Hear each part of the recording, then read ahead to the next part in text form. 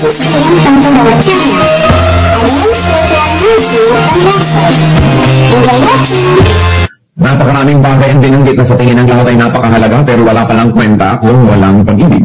Meaningless without love. Ano yun? Una, speech or gift of tongues are meaningless. Kahit halimbawa yung conscious speech o yung tinatawag nilang gift of tongue or whatever it is, basta yung galing, husay magsalita, magbitaw ng salita, sabi kung walang pag-ibig, baliwala. Without love, words just exalt the speaker. Without love, words can just hurt the listener. Kaya kung minsan meron tayong sinasabing masakit sa isang tao, dapat nasaktan siya, magalit siya, at nasaktan na nga, pero hindi pa rin nagagalit at nagpasalamat pa kasi alam, sinabi natin out of love. Pero pag meron tayong mga sinasabi na walang motivation ng love, hindi tempered by love, they just hurt people. O tayo lamang yung natataas. Nagmumukha lang tayo magaling, pero actually wala namang magaling na na-accomplish ang ating pagkasalita. Without love, words may be wise, but empty. Kaya yung mga magagaling manurot ang mga kasalanan ng iba, magturo ng mga pagkakamali nila, kahit nga totoo yung sinasabi nila, walang power yung sinasabi, walang success, nire-reject, nagagalit pa yung pinagsasabihan, because it is not being said out of love. Kaya titiyakin po natin na pag nagsasalita tayo sa tao, lalo pangat pinutunan natin ang kanyang mali, lalo pangat meron tayong gustong, open and close quotation, itama sa kanyang buhay. Lalo pangat gusto natin magbigay ng ating mga puna, tiyakin natin na meron tayong pag-ibig doon sa tao. Yung sinasabi natin yun dahil gusto natin siyang mapabuti. Hindi lang para siya pahiyain. Hindi lang para ipakitang tayo yung tama at siya yung mali. Para lang hindi ipakitang mataas tayo at siya yung mababa. Na pagka tayo may pinagalitan man o sinabihan man ng kahit anong bagay, ang dahilan pag-ibig. Kaya we don't have love, we don't have right to criticize. Yun ang pinagkaiba ng criticism at rebuke. Yung rebuke nagmumula sa concern and love. Kaya maraming tao pinagsasabihan natin dahil actually gusto natin siyang ibaba o gusto natin siyang mapagalitan o gusto lang natin maipakita ang ating offense, ang ating tayo yung na-offense sa kanilang ginawa. Pero hindi naman talaga totoo sa puso natin. Gusto kasi natin siyang matuto para siya mag-improve. Kita yun ng Diyos. It is the love behind the word that empowers it. Kaya kadalasan pag sinabihan tayo ng ating girlfriend o boyfriend o kaya wife o husband o nanay o tatay, ang lakas ng influence. Kasi alam natin na mahal tayo ng tao na yun, hindi siya magsasabi ng isang bagay na hindi naman minomotivate o pinalalakas ng kanyang pagmamahal sa atin. Kaya nga yung mga mahal natin at yung mamahal sa atin, ang laki ng influence Because we know that they're speaking out of love. Speak of love and speak out of love. Speech without love is a failure. So isa po yun na failure na kailangan natin ma-recognize ngayon. Kasi pinag-uusapan natin, success, failure, and love. Anong kinalaman ng love sa dalawa? Another failure. Yan sa binasa po natin, 1 Corinthians 13:1-3. Prophecy is meaningless. Prophecy may be defined as teaching o galing na magturo.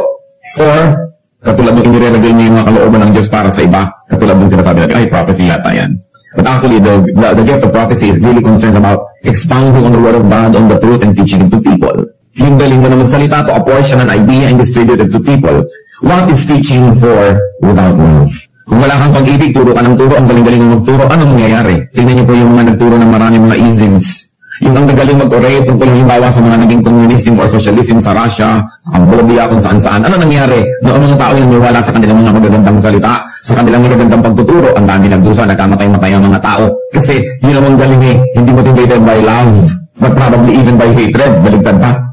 Nagsasalita, nagtuturo at magaling, pero dahil gustong manira, hindi dahil bumuo. It is only to be self-serving, prophecy without love.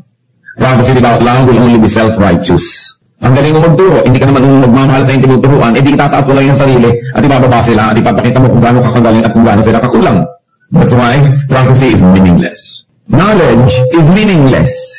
Marami kong notebook noong araw na nakikita sa kalabas, knowledge is power. May niya tayong mga notebook, puro mukha ng mga artista ang nakalagay, ewan ko. Pero dati yung mga kasabihan at kung ano-ano. Yung isa, knowledge is power. But the Bible tells us that knowledge is meaningless without love. It will only be self-exalting. It will only be frustrating and painful. It will only be offensive. So ang galing-galing mo, tapos wala kang pag-ibig. Ano gagawin mo sa mga taong hindi mo magaling? Mabibigyan mo lang sila, mapapaikot, manipulate. What's the point of knowledge kung hindi ang puno ng pag-ibig? Nagagamitin ko para umimbento ng weapons to kill people. Nagagamitin ko para sirain yung environment. Gagamitin ko para lang payamanin ang sarili ko at the expense of others. That's why the Bible says, knowledge is meaningless without love. Prophecy without love is a failure. Knowledge without love is a failure. Kaya kung marami tayong mga kilalang taong matatalino o tayo na mismo yung tinitingnan natin ng matalino, pero wala naman tayong pag-ibig, failure tayo. Kasi aanhin ang katalinuhan para Panginoon. At ito po napakahalagang bagay na tinitingala na bilang isang katangian, faith. Sinabi rin dyan, faith is meaningless. Why? faith or religion without love is only going to be self-righteousness. Okay, I have faith, I have religion, pero wala naman akong love. So ano mangyayari? Self-righteous lang ako. Banal ako, ikaw hindi. Makadiyos ako, ikaw hindi. So I am better than you are.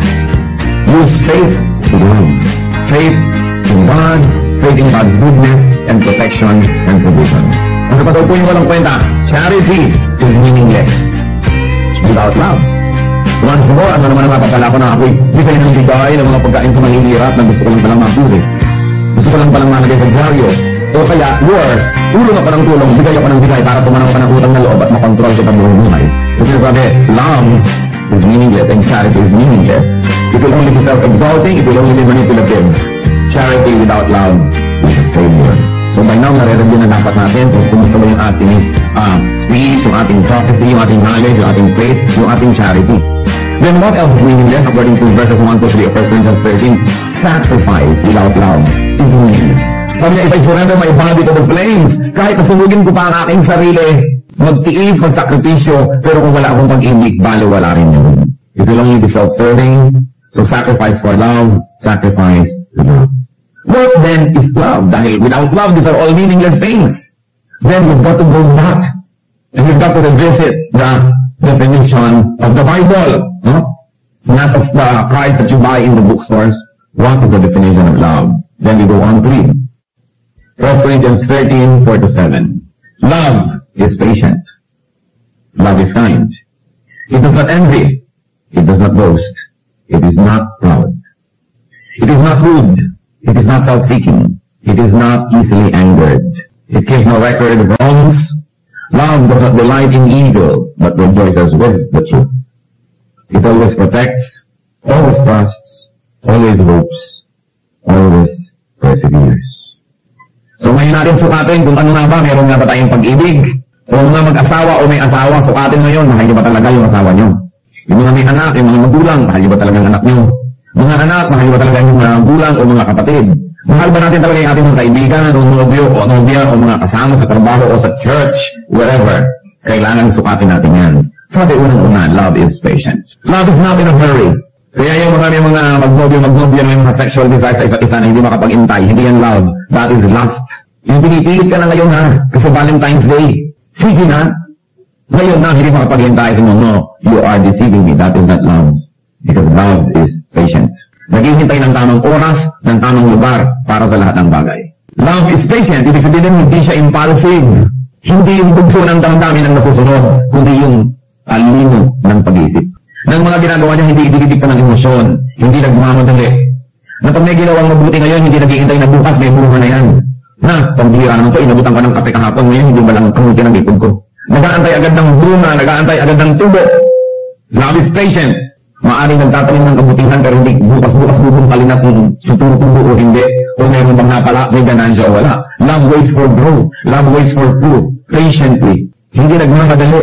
Respect other people's timings and cycles and processes. Hindi natin pinapaikot ang lahat ng tao sa ating timing. Kailangan ganito ka na, kailangan ganun ka na bukas. Merong mga babae, kung mag-demand sa mga asawa, kailangan after 2 years, hanggang maringas bilid na tayo nakatira. Kailangan ganito, kailangan ganun, kailangan ganito. Love is patient. Baka naman ang mahal yung sarili. Mabuti pa, pinakasalan niyo na lang ang sarili niyo para magtagumpay ang inyong marriage. Respect others people. Patience is success.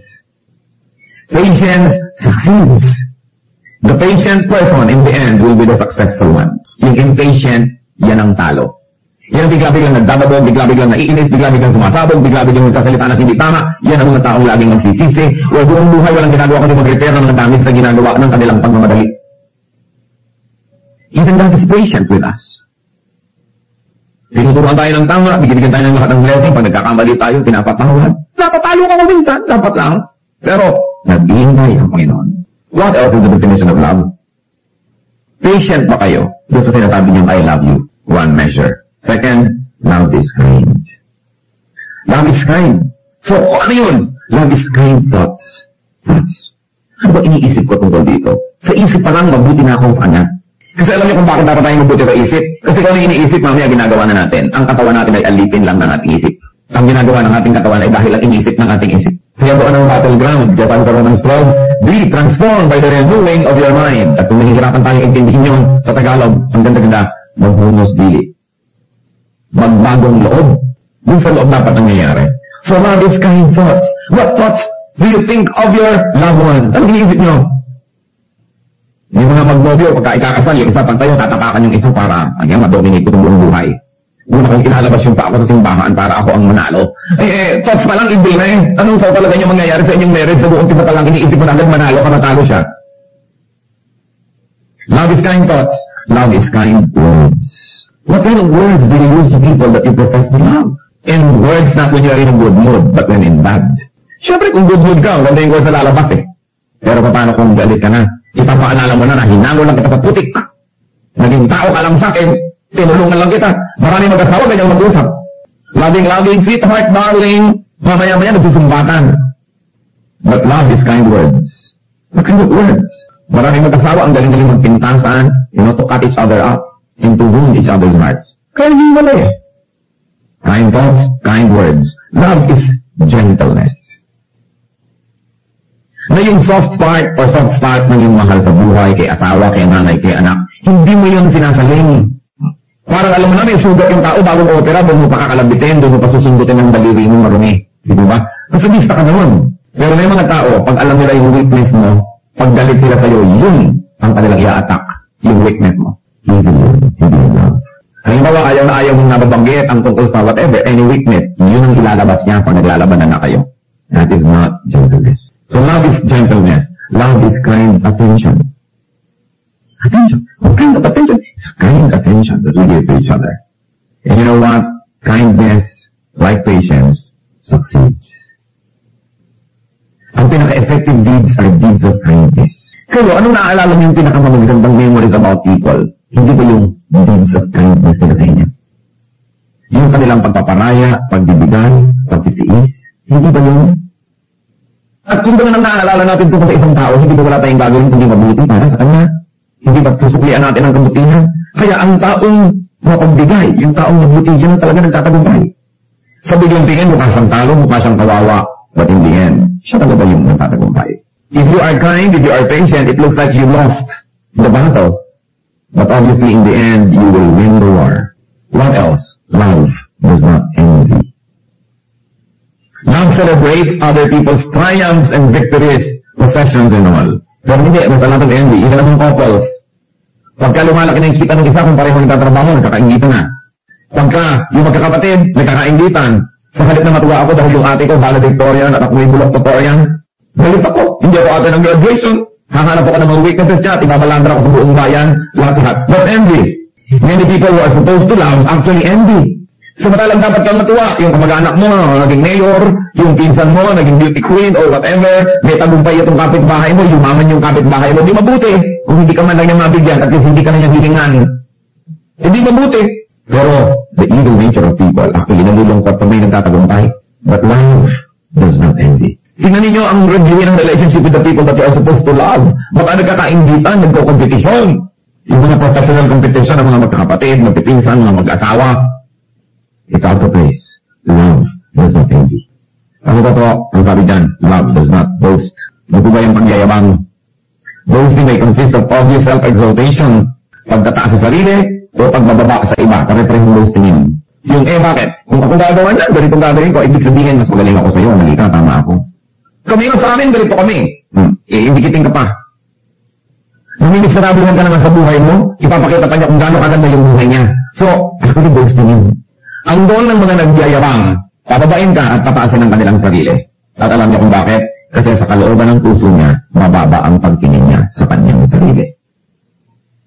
Ang mayayabang, ang totoo nun, napakababa ng pagtingin sa sarili. Kaya laging gumagawa ng isang bagay, nagsasalita ng isang salita, na para itaas ang sarili at ibaba ang iba dahil sa loob nila, sila yung mababa. Kasi kung sa kaloob-looban mo, alam mo na naman taas ka eh. Hindi dahil sa yabang, kundi alam mo naman yung facts. May talagang husay ka naman, o maganda ka naman talaga. Hindi mo naman kailangan laging sabihin kasi obvious yun eh. Kaya yung mga mayayabang, insecure lang yan. Empty can strikes loud. Di ba? Kung may latang maingay, walang laman. Kasi yung latang puno, tahimik. Kaya ibang ganyo, kaya ihulog yung tahimik. Puno eh. Yung walang laman, ang ingay. So madaling malaman, ano naman ito? Ano ba yan? May panalangin nga siya. Ang ingay naman ito. Yung lagi nilang, look at me, ako'y bida, ako'y ganito, hindi pa sa akin, yung gano'n, yung mga insecure ng mga tao. But does not boost. Yung really lang, do not boost. You love the poor, tapos i-display mo pa lahat ang yaman mo, para lang sa miserablehan. You love people, pagkatapos iingitin mo pa. Boasting may consist of threatening others with one's absence. Boasting yun. Yung lagi na lang ipapanakot, sige, mawawala ako sa buhay mo, yun na pala nangyari sa'yo.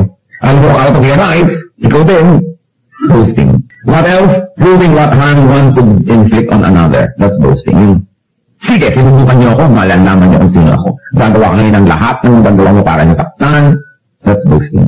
Papakita natin kung ano tayo, what harm we can do. Can you imagine how wicked people have become? Ay pinagayabang nila how harmful they can get.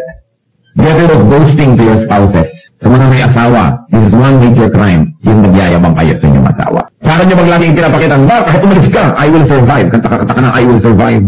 Ipapakita mo pa na actually, mag-i-improve ang buhay ko pag nawala ka, hindi kita kailangan, this and that. Get rid of boasting to your parents. May mga anak naman, ang yabang-yabang din sa mga magulang, o kaya sa kanila mga kapatid. Kasi mga kaibigan, pag kayo nagkaroon ng kaibigan, umiingitin nyo lamang at lagi na kayo magmamataas. Hindi wala yung, you need fans, not friends. Boasting fails to exalt a person. Kasi ano ba yung goal? Itaas ang sarili, ang totoo, yun ang mayayabang, hindi naman talaga tumataas. Yung mga tao pag talito mo, yung mga naman. Diba? Ano yung kasangkami? Hindi niya talaga naitaas ang kanyang sarili, lalo lang siyang bumaba. Nagdidigo ang kanyang ginagawa. Love is not proud. Pride can take the assume of needless self-sufficiency. Ipapakita mo sa tao na hindi mo siya kailangan. Pride yun. We need each other. We need each other. Pride can take and assume the shape of not admitting one's errors or shortcomings. Nagkamali na, ayaw pa aminin nagkamali. O inaamin na sa loob, ayaw pa mag-sorry. Pride yun eh.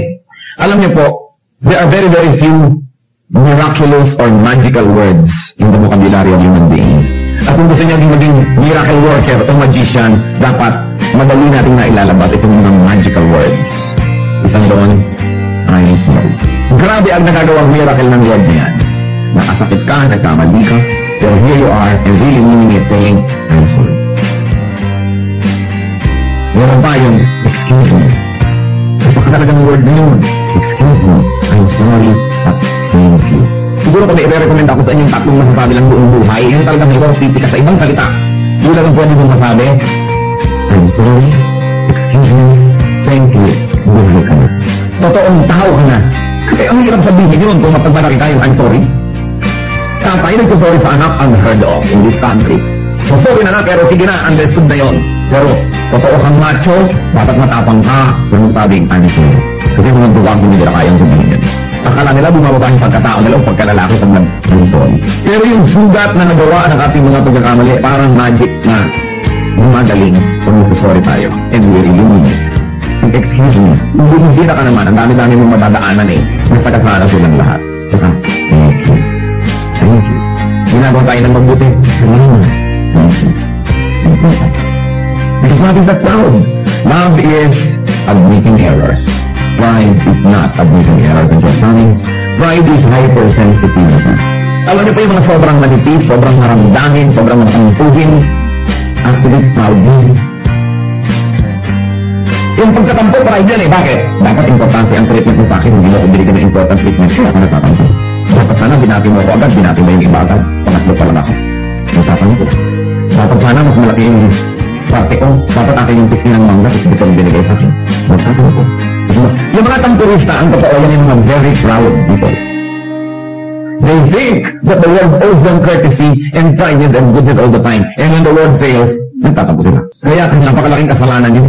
Yung sobrang pagtataas sa sarili. Ngayon, kung ang mga tao hindi nag-cooperate sa pagtataas mo tayong sarili, galit ka, nagtatampo ka. Ang ganun pa, pride can take the shape of self-importance. Pangbuwasness. Yung gusto mong lagi kang bida, lagi kang nire-recognize, lagi ka nalang kinikilala. And of course, pride is seeking captives. Ang tingin mo lang sa mga tao, puro bihag. Kaya ko yan, control ko to, control ko yun. That's pride. Pride fails to give victory. Sa lahat ng ginagawa ng pride na para magmukhang siyang victorious, mukhang siyang bida, lalo siyang bumababa. Kasi wala naman talagang taong nai-inlove sa mga proud people. At wala naman talagang taong humahanga sa proud people. Kaya kailangan na tayo po ay totally lost para maging proud eh. And we've got to be ignorant to be proud. Kasi pride is related to attaching self-importance. Pero kung totoong bukas ang ating isip at matalino tayo, alam naman natin hindi tayo importante. Alam naman natin hindi tayo magaling. Alam naman natin na lahat siguro ng mga pinuturi ng mga tao tungkol sa atin ng hindi totoo. Then sino nga ba tayo? Yung taong makatotohanan, bukas ang isip at kilala ang kanyang sarili, hirang humble. Kasi alam niya, ganun lang yun. Kaya yung mga tinatawag po natin ng mga nagtagumpay, yung ba nagtagumpay sa negosyo, therefore yumaman, nagtagumpay sa career, therefore sumikat, naging makapangyarihan. Kahit sa career, dahil may nagbigay, may tumulong, may nagbukas ng pinto para sa'yo. Kaya yung taong mga mayayabang, ay mga litaw, hindi nila alam kung sino sila. Because nobody can be great by himself. Bakit kung katalinuhan nagbibigay ng tagumpay, bakit ang dami mga matalino ay wala namang nangyari? Di ba? At marami namang mga tao hindi matalino, wow, bakit ang yaman niya? Bakit? Kasi may mga tumulong, may mga nangyari. Pride fails to give genuine victory. Then, ano pa po ang mga definition? Love is not rude. There can be so much rudeness among people, especially sa mag-asawa. Napakarami ko nang nakita ang rudeness ng husband to wife and wife to husband. Ang bihira, kung meron kayong dapat igalang, titaganan, at gawa ng lahat ng nice and best things in life, dapat asawa niyo. Kasi yan ang kasama niyo sa buhay. Yan ang karamay niyo kung mahulog kayo sa handa niya, nagdadampot sa inyo. Kung na-paralyze kayo, yan ang magbubuhat sa inyo o magpupulak na inyong wheelchair. Diba? Yan ang karamay-damay mo. Yan ang meron kayong asawa. Pero ang dami-daming mga kagaspangan ng husband to wife and wife to husband. Kasi siguro taken for granted na kahit ang bastasin kita, nandiyan pa rin mo, wala ka ng choice. Kaya wala nang kasi wala nang mga thank you, wala nang mga sorry, bahala ka, automatic ka na lang nandiyan ka kahit anong mangyari. At alam niyo, hindi automatic. Kaya maraming naging maray. Love is manual, it's not automatic. Hindi pwede kumandar automatic ang love. Mamamata yan. Kaya marami, tatatong taong ka ng pasto, wala na akong pag-ibig sa aking asawa. Hindi niyo kasi tinrabaho. Hindi niyo ginawa ng paraan. Kasi ang pag-ibig nire-ren niya yan everyday, tinatrabaho yan. Kung hindi, wala. So, there is so much goodness between parents and children. Alam niyo, ang daming goodness ng mga parents and children. Kung bata ka, pakain kita, pakaral kita, hindi na sila nagiging courteous. Hindi nagkakaroon ng privacy ng anak. Yung, anak lang kita. Hindi ba dapat mga magulang ang kauna-una na magpakita ng kagandahan? Marami rin mga anak, very rude to their parents. Polite ang polite sa mga teachers sa school, polite ang polite mo kani-kanina ng tita, tito, pero mga magaspang sa sarili ng magulang. Tinatalikuran ng magulang, binabagdugan, binabagsakan ng pinto, ng telepono, kung pwede sigurong banlian ang kumukulong tubig ng magulang, babanlian, planchahin, ipitin ng electric fan. Dami, mga anak lalo, dapat magalang kayo sa inyong magulang. Sa lahat ng tao sa mundo, ang dapat iginagalang ng tao ang kanyang mga magulang, ang kanyang asawa, and then ang kanyang mga kapatid. Kasi when all the chips are down, pag tinalikuran kayo ng mundo, yun ang mga matitira sa inyong buhay. Magulang, anak, asawa, mga kapatid. Yun ang natitira kahit anong mangyari. Kita nyo yan ang nandyan. Kaya kailangan, coaches tayo sa kanila. Ang coaches mo sa stranger, ang coaches mo sa waiter, pag naglagay ng kutsara, thank you. Ang etiquette mo talaga, may tabo. Pagkatapos yung mga tao na pag nagiging alupat, tumili kang yung bata, nandyan, hindi tayo coaches. Napaka-importante. We give all courtesies to strangers in public places, sa mga patilyon, sa mga dinner at mga parties. Pero yung mga tao talagang permanent fixtures of our lives. Dapat polite tayo sa kanila. Ano yung polite sa mga anak sa magulang? Sa Arabia, sa Arab world, hindi pwedeng ipakita ng anak ang kanyang talampakan sa kanyang magulang. That's rudeness.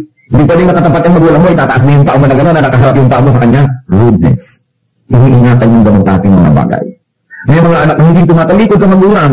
Yung pagka umaalis ay medyo paatras ng konti, hindi bigla-biglang tinatalikuran. Courtesy. Ang daming nakita ko na, mga palahiyala, mga college boys, ang polite to strangers, pero ang rude sa kanilang mga brothers and sisters. Kung meron nga kayong dapat pakitaan ng pinakamabuting ugali yung kapatid nyo eh.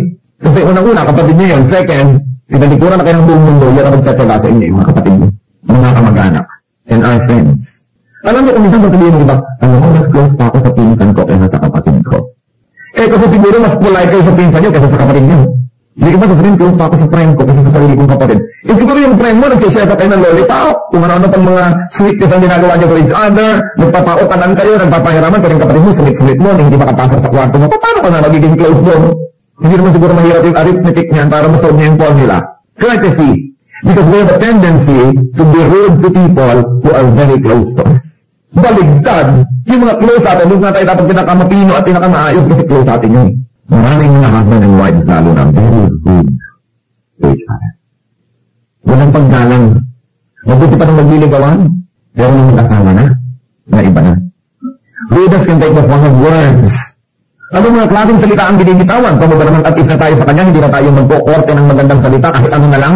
Rudeness can take the form of gestures. Gestures. Marami ko nakikita mag-asawa. Medyo nagyayabang-yabang siguro ng konti yung lalaki, yung babae, ako ang kilay nandun sa kisame. Ganyan. Sa harap ng mga tao, hinihiya yung sariling asawa. Ano ina-expect nyo na magiging relasyon nyo kung ganun kayo? Dapat nga, pag medyo nagyayabang ng magandang konti asawa, ikaw na yung parang tanahanga na nagmiling mo na yung mata sa pag-itig sa kanya. Siguro, hindi pa yan yung pagmamahalan. Pero, ayan na naman yun. Okay. Kaya nag-disagree natin public. You don't erode, diba? The authority and dignity of your spouse in front of other people. Diba? Gestures. Manners. Disposition. Ang dami-daming babae, pagkaharap sa ibang lalaki sa labas ng bahay, ang ganda-ganda. Pag nakaharap sa sariling asawa sa loob ng bahay, hindi mo malaman kung multo o ano. Bakit gano'n? Ang rude-rude sa harap ng asawa ko, ano mga nakalagay, bla bla bla. Pagkatapos sa harap ng iba, paglabas ng bahay, ang ganda-ganda. Sino ba pinagpapagandahan nyo? Mukhang tiriringgal sa bahay. Tapos ano, sino binibisgay mo sa lalaki sa kalye? Dapat na, polite ka sa iyong asawa, di ba? Na tinisikap mo talagang to be the best. Kaya naman marami mga tao pag tagal, parang naman kami magkapatid. Eh, parang hindi kayo magiging parang magkapatid, lalo lang nakabiyang lang na parang kinulay yung babae. Wala nang itinago, wala nang charm, wala nang magic, wala nang mystery. Kaya sila laki naghahanap ng ibang mystery at magic. Although of course, hindi naman justifiable yun kahit na mukhang kinulay ang asawa niyo, laging nakabuyang-yang dyan. Pero yung gano'n, kasi nawawala yung yung niceness, yung politeness to each other. Napaka-exciting naman siguro kung sindisis ito ng bibisi at ang likod pa ng konti. Hindi na pala sinisilip dahil lagi lang nakatiwang-luwang. Wala na yung fun. Rudeness, ganun din yun. Dahil tinitake for granted mo na lang eh. And that should not be done. Minsan na, of course, rudeness can take the forms of cutting each other up. Nagsasalita, pinuputol mo, hindi ito makatapos. Tinatapos may sentence ka para sa kanya. Rudeness yun. Arriving and leaving in awkward moments. Katulad ng kahit ano may mga program, hindi lang kayong tatayo sa gitna ng anything. May kumakanta, may tumutulak, may nagsasalita. Huwag sa gitna. O nagtatransition. May bababang speaker, may aakit na iba. Buto, tatayo o uupo o hindi. Nasa kalagitnaan ng isang bagay, may tatayo, may aalis o may darating. That's rudeness. Itinatayang natin lahat ng mga ganun. Rudeness fails. It always fails to bring goodwill and to bring victory. What else is love? Love is not self-seeking. Yung totoong love, you before me, not me before you. Define ko natin according to the Bible, i-expound ko lang yung sinabi ng Biblia. Hindi ko i-invento ang mga definition na ito. Love is not self-seeking, hindi ako muna, saka ka na. Dapat ikaw muna, bago ako. Love is not obsessed with investing for profit. Yung mga ibang hindi mo malaman kung love o investment. Gagawa ng mabuti dahil inaasahan bukas, gaganti ka, gagawa ka rin ng mabuti. Ang tunay na pag-ibig, gumagawa ka ng mabuti dahil ito yung mabuti, kahit pa nga ano yung gawin ng tao, pabalik sa'yo, gumagawa ka pa rin ng mabuti. Kasi kung ang ina-expect mo lang lagi ay profit, negosyo yan. Hindi yan love. Love is not self-centered but other-centered. Being self-seeking fails to give value to self. Ang tunay na halaga natin ay hindi yung halagang pinipilit natin ilagay sa ating sarili, at pinipilit natin ang ibang tao sa paligid na ibigay sa atin. Ang tunay na halaga natin yung kusang ibinibigay na pagpapahalaga sa atin ng iba. Yung kusa. Hindi napilitan dahil natakot sa nagbaw ng good morning sa'yo. Dahil natatakot lang pala sa'yo, kaya ka good morningan. Pero kung hindi ka na niya papansinin, hindi na talaga tayong halaga. Ang ating antayin yung pagpapahalaga ng iba, hindi yung pagpilit natin sa kanila na magpakita ng mga ceremonial na pagpapahalaga sa atin. Love is not self-seeking. And then, of course, love is not easily ended. Still, we're talking about 1 Corinthians 19. Pangwalo na nga na definition natin ito kung nagbibilang kayo. Love is not easily angered. Hindi madaling magalit. It is considerate and broad-minded. Kaya siya hindi madaling magalit, hindi lang dahil madaling siyang magtinti. Although that is good. Na, galit na ako, pero nagtitinti ako, so hindi ako nagmumukhang galit, pero ang totoo ay galit ako. Di ba? Pero yung talagang love that is not easily angered, hindi nagmumukhang galit, dahil sa loob, hindi talaga galit. Iba naman yung mukhang galit at iba naman yung talagang galit. Di ba? Iba naman yung hindi naman siya mukhang galit, pero galit siya. Pero ang pinakamabuti yung hindi ka mukhang galit, dahil hindi ka naman talaga galit. At nangyayari yun, pag broad-minded tayo.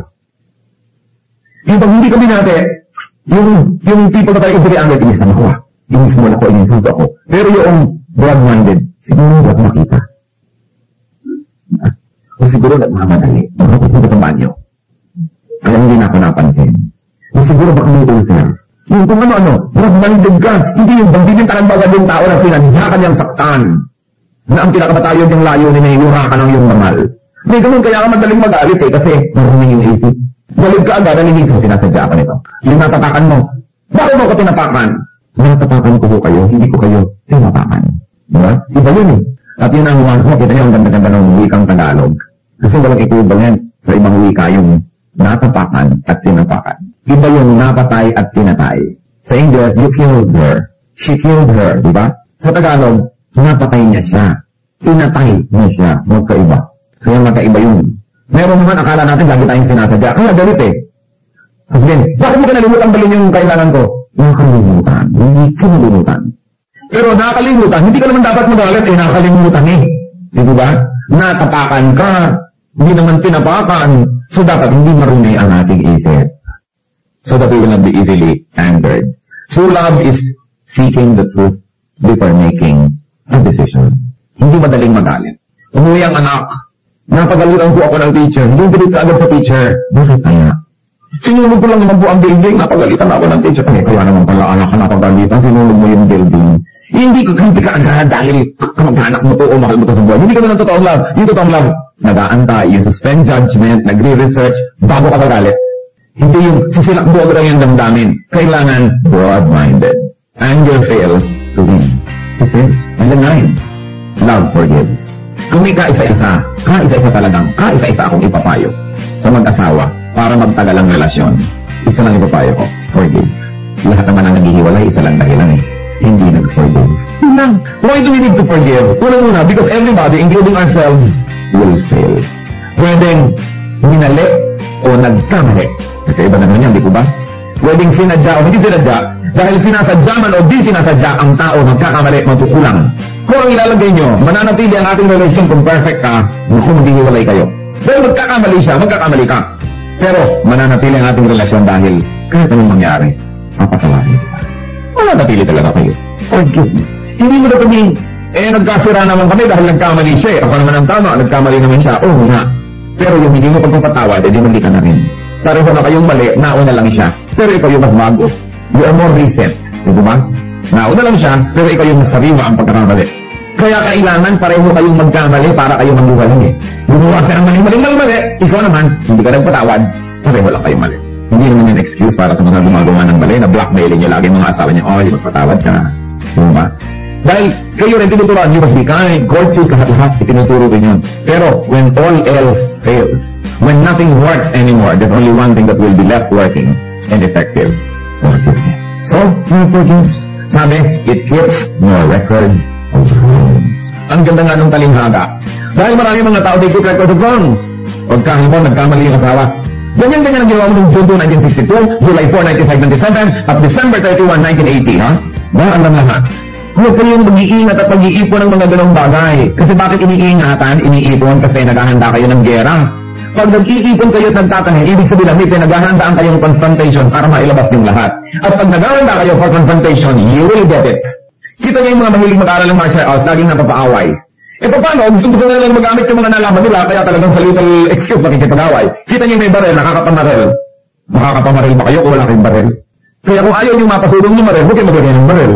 Ganun din yun, yung nag-iingat ng mga at nag-iipon ng mga kamalian ng kapwa, darating ang araw, isusumbat nyo lahat yun. Kasi, kaya nyo iniipon para maisumbat. And there's one thing I'd like to remind you, pag isinumbat nyo ang pagkakamali ng isang tao, lalo ang kabutihan ginawa nyo sa kanya, bayad na. Maisumbat nyo na, bayad na.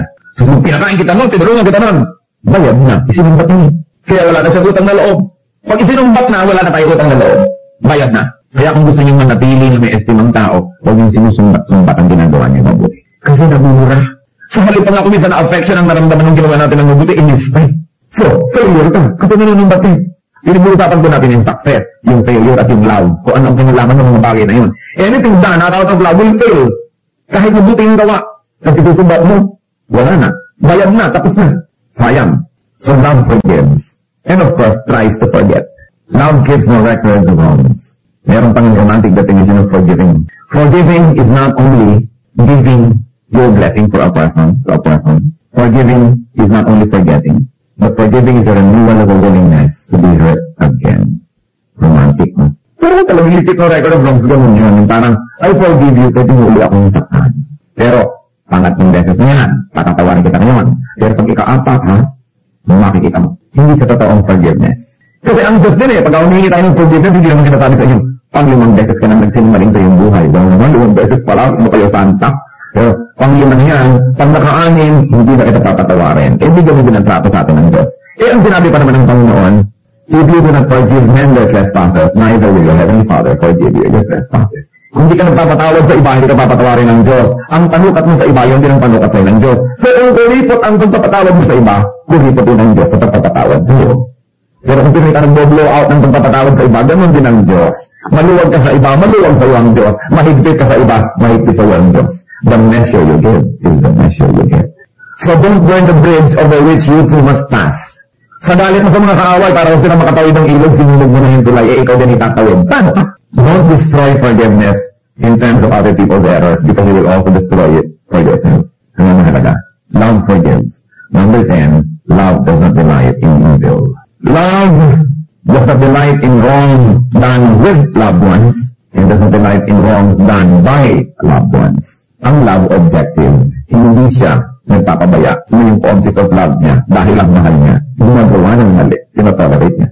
Napakasama ng rapist na yan, tigil siya, blah blah blah, biglang sabi, kapatid mo yun, baka naman, nagkamali lang. Dahil kapatid mo alam niyo naman tayo mga Pilipino, pagka may ginawa ang tao, hindi ko ano yung ginawa, kundi sino ang gumawa. Pagka kamag-anak ko, siguro baka nagbilib lang ang isip. Maliwanag na ngayon. Pero pag iba, masama siya ay halimaw. Pagka kamag-anak natin, well-adjusted lang kasi. Alam niyo na, pag anak ng iba, bobo. Pagka anak natin, slow learner. Baka ko yung pinagkaiba na, yung ba? Pagbalat ng iba, galis. Pagbalat ng anak ko, allergy. Grabe naman. Gano'n naman ang tao, napaka-biased. Pag anak ng iba, baluga. Negra, pag anak ko, exotic. Bias kasi tayo. Kailangan iniisip natin, paano talaga ang takbo ng utak ko? Bakit naman? Napaka-bias natin. Pero sabi, love does not delight in evil. Wrong is wrong kahit sino ang gumawa. Yung tunay na love. At alam niyo pa kung anong definition ng tunay na love? You don't do something wrong together. Kaya naman magkirida, tapos I love you. Hindi totoo. Kasi gumagawa tayo ng mali. Sinisira niyo ang kaluluwa ng isa't isa. Ano yung love doon? Yung mga mag-move yung hindi pa kasalay, nagsisex and everything because I love you ng I love you. Hindi yun totoo. Because you are destroying each other. Because love does not rejoice at home. Kaya yung mga lalaking pinipilit yung babae, hindi ka sumama ka na. Dahil mahal kita. Mahal mo pa nga. O di ba yun? Yung mga move yung pilit sa mga lalaki. Sige na, alika na. Sasabihin mo dapat lalaki, ikalam mo natin uli. Kung talagang mahal mo ako. Dahil yung talagang pagmamahal does not rejoice at home. So nakita niya, paano natin tinatrato yung mga mahal natin sa buhay pagka silang gumagawa ng mali, cute. Pagka iba, dapat maging yung ating standard. Love places truth and righteousness above emotion, above affection. Ang mga magulang, number 1 guilty dyan. Pag anak na nilang gumagawa ng mali, ako talaga namang nagbining nilang mata nila sa pagmamahal. Smart talaga ang anak ko. Sinasaksak na pala yung katulong talagang anak ko, marunong sa self-defense. Pagka anak ng may anak ang malakas kumain, may gutom. Pag anak niya, may gana. Biases. Kaya kailangan iniisip ko natin, ano ba talaga ang aking klaseng love? Of course, another definition, love rejoices with the truth. The truth may hurt, the truth may temporarily be disadvantageous, but love rejoices with the truth. Another definition, love always protects. Therefore, yung kumbaligtaran, love does not assault. You protect. Yung asawa ka, pinoprotect mo. Pinipintasan na ng kung sino-sino, kaya ng nanay mo, ng iyong mga kapatid. Asawa mo yun, protect na yun. Hindi sa harap ng ibang tao, ikaw pa yung nanghihila, ikaw pa yung nanlalait. Baligtad, hindi mo maging protected, ikaw pa yung susugod. That's wrong. It's not love. Love protects. Love always trusts. Nagtitiwala. Hindi lagi nalang umaandar ang mga James Bond mind. Lagi nalang nagdududa. Lalo yung mga selosa. Alam niyo, impyernong magkaroon ng asawang selosa o seloso.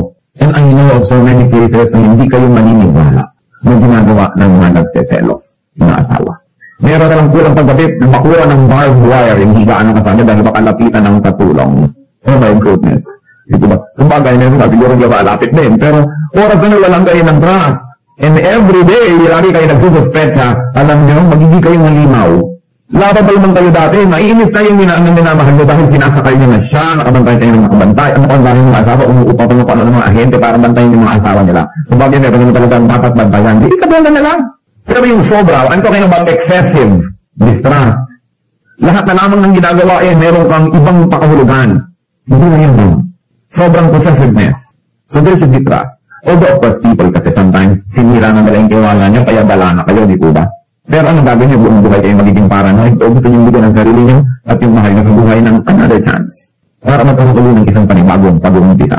Napaka-importante nun. At yun naman siyempre binibigyan ng chance and don't abuse it. Uulitin niyo lang pala yung dati mga pandaraya and everything. Love, trust. Tapos, definition natin number 14, love always moves. Lagi siyang umaasa. Lagi siyang meron hinahanap na positive. Siya ay prayerful, expectant of good things. And then number 15, love perseveres. Hindi siya madaling sumuko. Siya ay matibay. Hindi siya madaling nag-give up.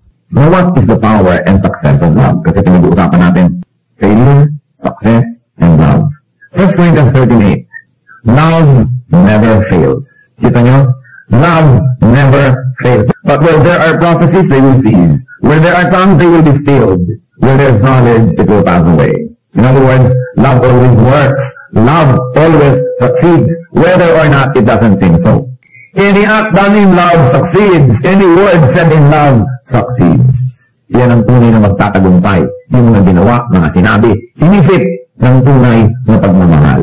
Yan ang matatandaan ng tao. Yan ang maaalala lagi. Gifts, skills, talents, they will stop to be effective. And without love, they are meaningless. What good is a prophet, a speaker, a genius without love? Kita nyo, ang dami-daming tao mas matalino kaysa sa mga, let's say, asawa nyo, pero talagang doon pa rin ako kahon. Ito sa iyo lang nagmamahal sa akin. Ang ganda-ganda mo na, hindi mo naman ako mahal. So, aanin kita. Hindi ba? Ang galing-galing mo na, hindi mo naman ako mahal. Anong gagawin mo sa akin? Alilain mo lang ako. Doon na lang ako sa nagmamahal sa akin. Love succeeds. Love is attractive. Ano na tao, kung ano nung ginagawa nila para maging attractive. Pero you want to be attractive. Yung pinagkukumpulan ng mga tao, laging gusto kayong nando, lagi kayong imbitado, lagi kayong hinahanap. Love people. Yan ang tunay na attractive quality. Pero talagang yung tunay na malalim na attraction, you want to be really attractive, be loving. It's good to be beautiful. But what is good will soon become permanently beautiful. Kailangan good tayo, then you become beautiful and attractive. Nagsasayang yung maraming tao ng ano mga pera para maging attractive. Although hindi naman masama siguro na maging pleasant ka, maging maganda yung itsura mo. Pero ang totoo kung lasting attraction or attractiveness is our heart. Kung loving tayo, marunong tayo magmahal, and all the qualities we talk about, people will find us attractive. Love always wins. Nakatakitaan. Actually and spiritually. Kahit parang hindi ka paglang nanalo rin yan in the end. You know why? Because God looks at our hearts. And God is our final judge. Kahit na mali ang inisip ng iba sa atin, hindi nila tayo sinuklian ng kabutihan, pero sa ating pagmamahal, haharap tayo sa Diyos one judgment day. And it is God who knows our hearts. And eventually in the court of God, even if in the court of men, love did not seem to win, or it doesn't always seem to win, in the court of God, it is the winner. Yung taong tunay na nagmamahal, hindi yun natatalo, hindi yun dehado. Love opens doors. Love breaks walls. Love builds bridges. Love inspires, nurtures, and brings out the best in others. Love beautifies. Love beautifies. Love edifies, and love gives life and best. Ibibigay ng gana. So talagang love is powerful. Yung iba, gusto nila maging military general, maging president ng kumpanya, gusto nila maging ganito, maging ganito, para maging powerful. But he who loves is the one who is truly powerful. Kasi pag mahanapin yung tao, di ba, ibibigay ng dugo mo, ibibigay mo yung updo mo, ibibigay mo yung hatbol, mahal mo siya eh. So sino ang talagang tunay na may kapangyarihan? Yung nagmamahal. Yung mga fake na kapangyarihan as in military power, power ng muscle or strength, pag nanghina ka na, hindi ka napapansin ng tao. Pero yung nagmamahal at minamahal mo, habang humihina mo, pinapansin mo. Ito ba? Habang nawawalan siya ng kapangyarihan, sabi ko kung ngayon naka-assist, yun ang tunay na panalo. Love is powerful. Love never fails. He who loves succeeds. Kaya po tayo pupunta na sa final sagot ng ating bugtong. Paano ba nagiging successful ang isang tao? Be loving. The person who loves succeeds. Because love, according to the unchangeable word of God, the wise word of God, sabi, love never fails. Kahit naiintindihan natin yung buo o only partially, maniwalaan yung salita ng Diyos. Love never fails. Christians are loved by God, therefore Christians are to be people of love. Yun ang dapat matandaan sa atin. Hindi yung, ang galing naman ng doctrine yan. Kasi hindi naman loving, ano gagawin mo, magiging ka lang ng self-righteous. Although, okay naman naman yung doctrine, but without love, it's nothing. Kung may matatandaan po ang tao sa atin, pinakamaganda, ay marunong magmahal. Hindi lang matalino yan, maganda yan, galing yan. Dapat marunong tayo magmahal.